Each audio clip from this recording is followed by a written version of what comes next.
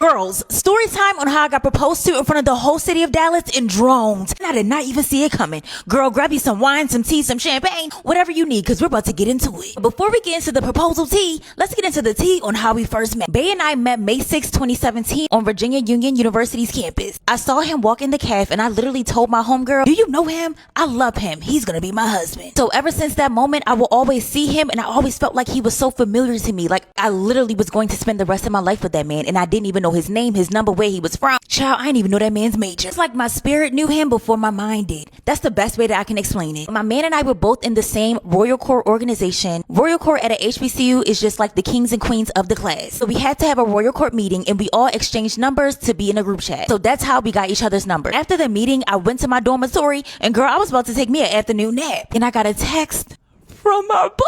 Got a text from my bae. Said, my boys and I are having a kickback later. You should come. Y'all, I gagged, I screamed, I threw up, I cried. So I ran to my homegirls room. Y'all, who needs their hair done, their makeup done, who need an outfit, who needs some shoes? Cause girls, tonight, we're going to a kickback. Get in. Go to the kickback, and when I walked in, it honestly felt like it was only me and him in the room. The next week after that, he drove to Baltimore to meet my whole family. But it was college, and we were not in a committed relationship. We were quite literally in an old nasty situationship. But one thing he would always say throughout our years talking is that when he graduated, he was gonna make me his wife. And we were in no contact about 3 to 4 months before he graduated. He moved to Dallas once he graduated, and y'all, at this point, it's about 8 months since we've even talked. Now it's homecoming 2019. The date is October 19th, and my man came back to campus to host a homecoming party. And of course, I went to the party when I saw his name was on the flyer. So it was me, my sister, and my homegirl. We're in the party and we're walking to the bathroom and he grabs my arm as he sees me about to walk past him. Y'all, guess what this man says? He said, I told you when I graduated, I was gonna make you my wife.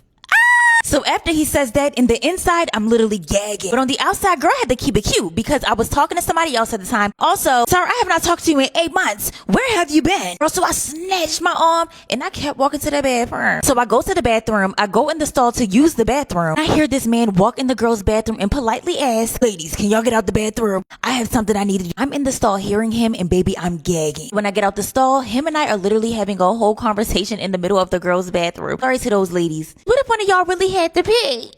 But it was for the sake of this sister. Thank you for being a girl's girl. Literally in that moment in the girl's bathroom, he quite literally told me all of his intentions and what he was going to do for me to get me back. And baby, as of today, everything he said he was going to do, it has been done. After that day, I visited him a few times in Dallas and I officially moved to Dallas in April of 2021. And y'all, I had to worry about not one thing. Not bills, not a job. All I had to do was be and exist. So after us being together for a few years, we're having a ball out here in Dallas. We're traveling, we're living, we're laughing, we're loving. He brought up ring shopping. My man knows how extra I am and he knew that I was not going to want anything in the store. So he was like, babe, let's just go ring shopping to see what looks right on your hand and we can find a jeweler to custom make your ring. And honestly, y'all, when he brought that up, I gagged because in the beginning of me even knowing him, I felt like him being my husband was something that God had promised me. And we were just getting closer and closer to that promise being fulfilled. I knew I would love an emerald cut, but I knew I wanted some more pizzazz. So I literally found the jeweler who was going to custom make my ring, Dina Diamonds. Shout out to her. Dina and I spent weeks designing a perfect ring, but I did not see the final product. I didn't want to see the final product until he actually proposed. So the last I've seen of my ring, the diamonds were literally just sitting in the plastic. Once it was done, he had to go pick up the ring and I had no idea that he had the ring. I had no idea of nothing. So I still didn't think I was about to be proposed to. Okay, so in September, he told me, babe, on November 1st, has to do a talk for work. He does speaking engagements from time to time. So I'm like, oh, I'm literally going to clear my schedule. Whenever my man has a speaking engagement, oh, baby, I'm front and center. So my homegirl told me that her and her man's anniversary was that day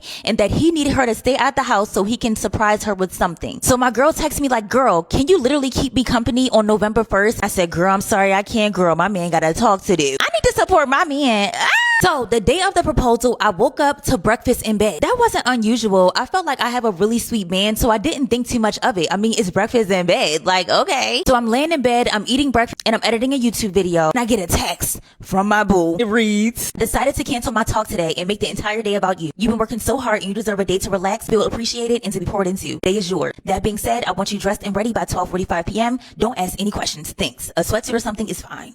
Okay. Again, I was not thinking anything of it because, y'all, I have been hustling and bustling for the past month. So I'm thinking my boo was just giving me a self-care day. He says, babe, enjoy your day. And he gives me a kiss. I'm like, what the freak? So I'm literally on my way to a destination and I don't know where the freak I'm going. Y'all, I pulled up to the Ritz-Carlton spa, baby, my favorite spa in the world. Said, I know that's right, king. I needs this. So I get to the spa, look to my right, And I see my homegirl that's been asking me to do a self-care day with her because it's her anniversary. She's in the spa with me. How'd you get here? Why are you here with me? But y'all, I still literally didn't think anything of it. I'm just like, oh, your fiance literally planned you a spa day the same day my man planned me mine. And my girl is such a good actress because we both were literally like, wait a minute, did they plan for us to be together? So she fake texts her man like, babe, did you know that Erica was gonna be here? And he was like, yeah, babe, we set it up for y'all to be together. So we're just literally like, how sweet are they? So we get our massages. Afterwards, my homegirl kept looking at her nails like, ugh,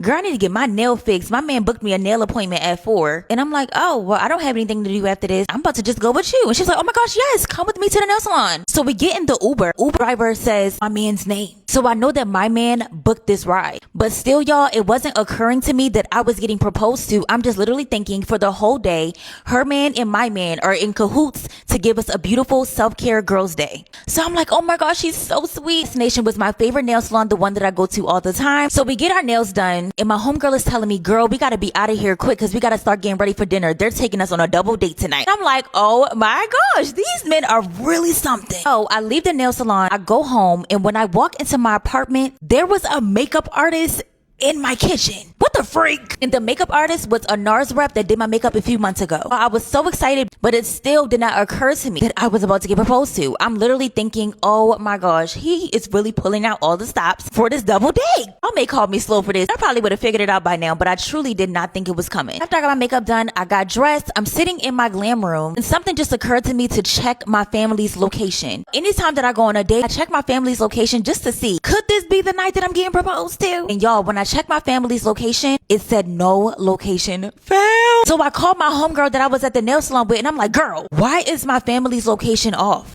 Am I getting, I think I'm getting proposed to tonight. She said, Erica, I can guarantee you're not getting proposed to tonight because he has not come to me with no information yet. And I would be pissed if he did not let me know. So I'm like, you know what, girl, you're right. I didn't have my dream proposal hair. I didn't have a new outfit. So I'm like, surely this man is not proposing tonight. Girls, I'm all dressed. I feel really pretty. Even though it's not my dream proposal hair or my dream proposal dress, I felt like I looked really pretty. Also, to kind of really rule out the fact that I was getting proposed to, I looked at my man's pockets and I looked in his jacket pockets to see if I saw any bulging, any boxes. Y'all, I literally didn't see anything. So I said, girl, I am not getting proposed to. Walking out to the elevator and he was like, oh my gosh, babe, hold on. I gotta show you something upstairs real quick. Like, what the heck is upstairs? So we go upstairs and we walk out of these doors and I see rose petals. And y'all, in my head, I still wasn't thinking that I was getting proposed to. I thought that maybe him and my homegirl's fiance made us a cute candlelit dinner, had a beautiful city view. But as I kept walking in the rose petal path, I look over to my right, saw my aunt's face. I said, I know you're lying.